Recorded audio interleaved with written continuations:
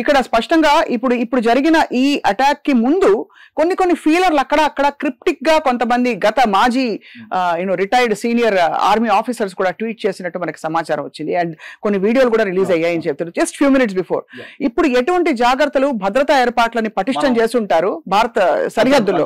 Because ఇక్కడ China పాత్ర కూడా కొంత ఉంది, అటువైపు నుంచి పాక్ కి కొంత మనతో ఉండే శత్రుత్వాన్ని బలపరచుకోవడానికి అవకాశంగా వాడుకుంటుందని చెప్పి మనకు తెలుస్తుంది. మ్యామ్, ఈ కాంటెక్స్ట్ లో నేను ఒక్కటి మన 11 కోట్ల మంది తెలుగు వాళ్ళకి చెప్తాను. అంతర్గత భద్రతలో భాగంగా సివిల్ డిఫెన్స్ మాక్ డ్రిల్ ఏదైతే ఇప్పుడు ఇవాళ సాయంత్రం 4 గంటలకి కేంద్ర ప్రభుత్వం ఇచ్చిన ఆదేశాల మేరకు అన్ని రాష్ట్ర ప్రభుత్వాలు అమలు చేయబోతున్నాయి. రైట్. అంటే జోన్ లో మన సైనికులతో పాటుగా మన సామాన్య ప్రజానీకానికి ఎటువంటి ఇబ్బంది పాకిస్తాన్ గవర్నమెంట్ కల్పించినా మనల్ని మనం ఎట్లా రక్షించుకోవాలి, రైట్, మనం ఎటువంటి చేయకూడని పనులు చేయాల్సిన పనులు డూస్ అండ్ డోంట్స్ గురించి, అన్నిటికీ మించి బంకర్స్ లో ఎలా తలదాచుకోవాలి, ఎటువంటి సైరన్ వస్తే దేనికి సంకేతము, అవసరం లేకుండా ఊరినే జస్ట్ బయటకు వచ్చి సరదాగా షికారులు చేయకుండా మన షాపింగ్ మాల్స్, మన దేవాలయాలు, లేదా మన మాస్కులు, any public places both symbolic places and soft targets like అంటే గోకుల్ చాట్ లాగా జరగకుండా